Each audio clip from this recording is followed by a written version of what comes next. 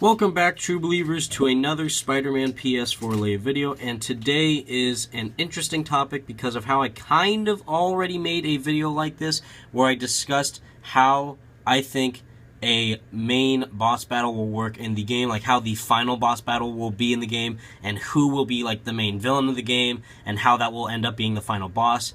I kind of said like either Green Goblin, or like, maybe Venom, but they would obviously get like a huge villain as the final boss, and then that led me to do this video, where now I'm discussing how I think boss battles will work in general in the game of Spider-Man PS4. So, of course, I think we can all agree that Spider-Man games have not had the best bosses. I am so sorry to you hardcore Spider-Man fans. I am a hardcore Spider-Man fan. I swear, please don't exit the video already. Don't leave me just yet. But compared to, like, I don't know, like, a really extreme boss fight that I can think of is, if you guys know even what this game is, Beautiful Joe. I think Beautiful Joe has some of the greatest boss fights in any video game, especially in number 2. That game gave me nightmares with those boss fights, of how difficult they were. And in regards to Spider-Man, I think the hardest boss fight, we can all agree, was Doc Ock in Spider-Man 2. That boss was like a Dark Souls boss. We died 50 million times when we were kids trying to beat Doc Ock in the final level of Spider-Man 2. And the only boss fight that I can think of that has come close to a difficult boss fight is the one with Venom in Ultimate Spider-Man, where you're fighting him in the final fight on the Trask building. But ever since then, like Spider-Man games have had good bosses, do not get me wrong, but it's just that they are very either like easy, or they are like kind of like forgettable. Like, I even forgot at one point that Shocker was in The Amazing Spider-Man 2,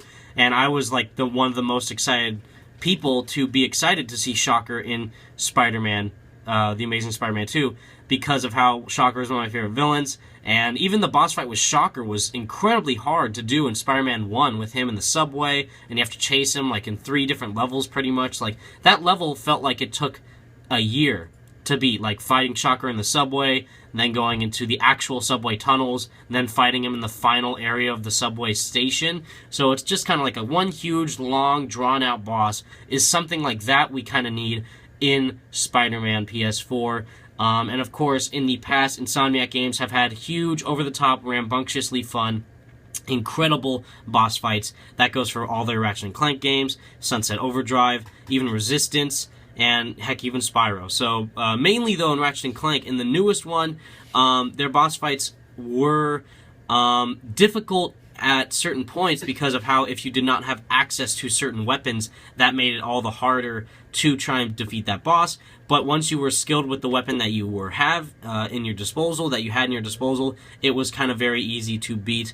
And, I'm not saying the boss fights are bad in Spider-Man games. I'm just saying that the majority of them are kind of really easy. Like, I played Spider-Man 2 on, normal difficulty, but you can only play on normal difficulty, and yet it still felt really challenging, which is good, because we want the boss fights to be challenging. That's why they are boss fights. But when the Amazing Spider-Man games came around, even if you put it on hard difficulty, it still felt really easy. I don't know why. It was probably just because we were like really skilled Spider-Man players, or the fact that it was just like kind of the bosses were not really lackluster, but they were just kind of really predictable in the sense like, oh yeah, the boss is going to do this, he's going to charge, I just have to press the dodge button and then the attack button afterwards, and then I win the boss fight. So it's kind of like that in the majority of Spider-Man games. Again, the best boss fights I can recall in Spider-Man games were, of course, Doc Ock in Spider-Man 2, Venom at the end of Ultimate Spider-Man, heck, even like the Sandman boss fight in Spider-Man 3 when you were a new Goblin, that was really difficult, actually. Even though it felt repetitive, it still was kind of difficult for you to try and defeat Sandman with different types of weapons and having him do certain things. It was kind of difficult to even control New Goblin as well. So that was kind of a challenge. But of course, we do not want the irritating, like, why is this a boss fight? This doesn't make any sense. This is incredibly hard and stupid boss fights. We want, like, oh, this is a challenge, and I'm liking this challenge boss fight. And the one that I can think of the most quickly is Mr. Freeze from Batman Arkham City. That's right, he has even been listed as one of the best boss fights in all video game history, Mr. Freeze from Batman Arkham City, and that's why kind of like that game has such high praise and why it's considered like the best Arkham game. Mainly because of that boss fight with Mr. Freeze, where you have to use everything that you have learned so far as Batman, with all the moves, all the gadgets, all of the training that you have done as Batman thus far, and put that to the test with Mr. Freeze, and every time you attack him with a new move, he will instantly find a way to counteract that move, or figure out how to block that move. So of course, we want boss fights like that. And of course, who I think we could turn into boss fights are, probably at least one character we've seen already in a Spider-Man game, like Shocker, maybe. But of course, if we're going to get really extravagant boss fights, I think that the terms of, like, best boss fights in a Spider-Man game are Web of Shadows. If you do not like Web of Shadows, you have to at least love the boss fights in that game. They were easy, but they were at least fun. And if a boss fight isn't hard, we at least want them to be fun. And I think the Web of Shadows gets as fun as it gets. I mean, you can fight a 5-headed Hydra Godzilla Venom at the end of the game on a giant helicarrier ship with him throwing up symbiotes at you. How cool does that get? That is like my favorite boss fight ever in all of Spider-Man game history. I played that game when I was 10 years old. I practically crapped myself when I saw Venom like that. It was one of my dreams come true, seeing Venom that huge and with 5 heads and his giant teeth at you. And either if you were a good Spider-Man or bad Spider-Man, seeing those endings play out and seeing the boss fight even act out with the quick time event at the end was still fun. So again, if the boss fights are not a challenge in the game, and I do believe that we will get difficulties in the game, because before, like, Insomniac Games have done difficulties in their games, like easy, medium, hard. So I feel like we will get difficulties in Spider-Man PS4, and if we get hard, we, of course, want the boss fights to be hard.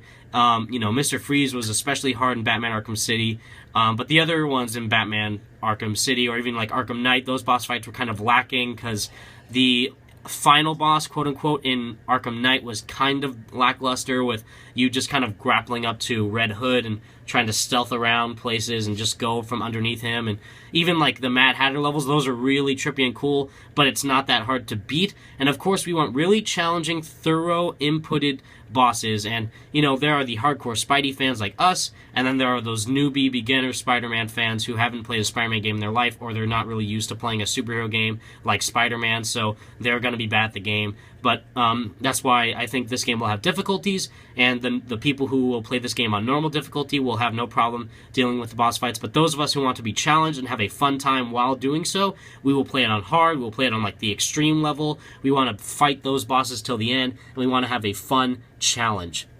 Again, I think Web of Shadows did this perfectly with fighting Vulture in the air as Symbiote Vulture, fighting Wolverine in the alleyway, fighting Symbiote Wolverine near a church. He throws you around like a car.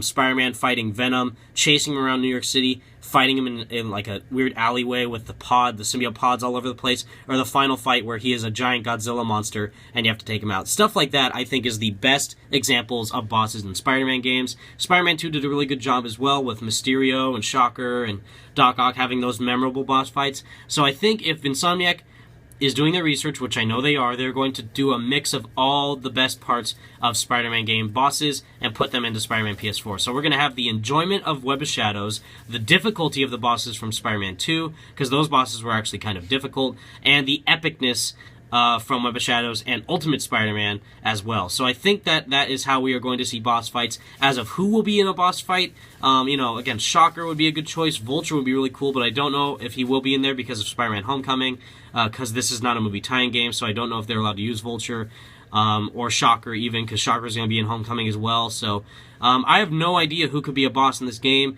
Green Goblin seems to be like a really good pick. We already know Mr. Negative's in the game. If they're going to do unknown villains, I would love to see who you guys think it could be.